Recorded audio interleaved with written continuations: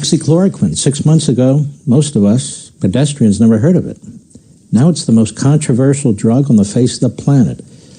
It's worse than heroin. It's worse than opioids. It's worse than anything. If you listen to the media and you listen to others, so-called scientists. Steve Hatfill is a veteran virologist, and he recently wrote, there are now 53 studies that show positive results of hydroxychloroquine in COVID infections. There are 14 global studies that show neutral or negative results, and 10 of them were patients in very late stages of COVID-19, where no antiviral drug can be expected to have much effect. Of the remaining 4 studies, 2 come from the same University of Minnesota author. The other 2 are from the faulty Brazil paper, which should be retracted, and the fake Lancet paper, which was. What is going on here? This is very bizarre. And then I have this, an article written by Harvey Risch, who is a professor of epidemiology, Yale School of Public Health, author of over 300 peer-reviewed publications. And he writes in part, I'm usually accustomed to advocating for positions within the mainstream of medicine. So I've been flummoxed to find that in the midst of a crisis, I'm fighting for a treatment that the data fully support, but which, for reasons having nothing to do with a correct understanding of the science, has been pushed to the sidelines. As a result, tens of thousands of patients with COVID-19 are dying unnecessarily. Fortunately, the situation can be reversed easily and quickly. So you read this as a non-medical expert, as a non-scientist, as a non-professor, and you go, what in the world is going on here? The president is promoting it. We see some doctors promoting it. They're blown off Twitter. They're considered kooks. And here we have this top Yale professor who says, wait a minute, that's not true. Professor Risch, how are you, sir? I'm good. Nice to be here. The question is, you've looked, I take it, at all these studies, and what do you conclude? I conclude the evidence is overwhelming. There's no question that in the people who need to be treated and are treated early, it has a very substantial benefit in reducing risk of hospitalization or mortality.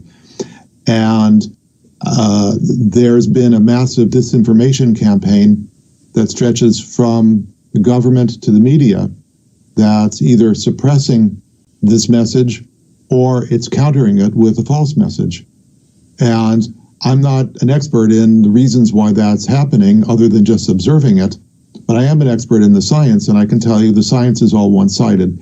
In fact, the science is so one-sided in supporting this result that it's stronger than anything else I've ever studied in my entire career. The evidence in favor of hydroxychloroquine benefit in high-risk patients treated early as outpatients is stronger than anything else I've ever studied. So scientifically, there's no question whatsoever. And most of the studies that are cited by the government scientists and the media are studies that do not treat patients early in the virus. Is that correct?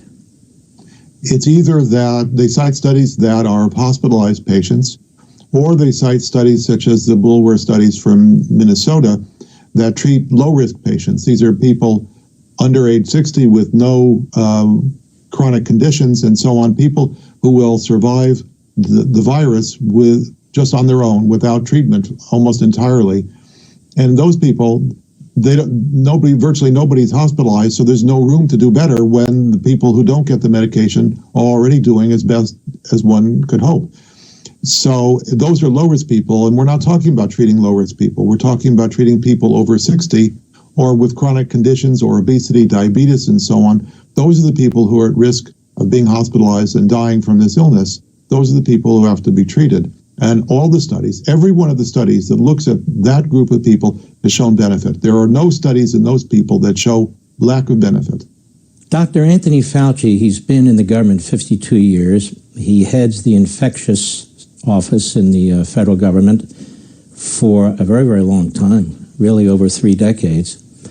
And when he's asked about this during testimony, he absolutely blows off hydroxychloroquine. He says the science is the science. You tell us the science says yes. He says no. Has Dr. Fauci ever called you and asked you your opinion and why you have the opinion that you do? No. Dr. Fauci has... And you're renowned. I've done research on your background.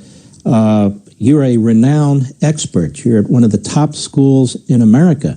Let me ask you this. Has the head of the Food and Drug Administration, the FDA, ever contacted you and asked you about your review of these various studies? He's not contacted me for that purpose. During the time when the FDA was considering a petition for early use authorization in outpatients of hydroxychloroquine that was submitted by the Henry Ford Hospital doctors, during that time I filed a brief with the FDA demonstrating both the evidence that supports the usage and the complete lack of harm, the complete lack of any systematic data that the FDA has said on their website that they don't have. Just reading what they say on their website shows that they have no data about adverse events in use in outpatients. He responded, I sent him this by email as well as FedEx, and he responded thanking me for that. That is the only contact I've had with him. So none of the heads of these various government entities have bothered to consult with you. And basically, when you go on these various media programs, particularly on CNN, they spend most of the time reclaiming their time and interrupting you and making it impossible for you to explain why you have the position that you have. And when we come back, I want to spend a little bit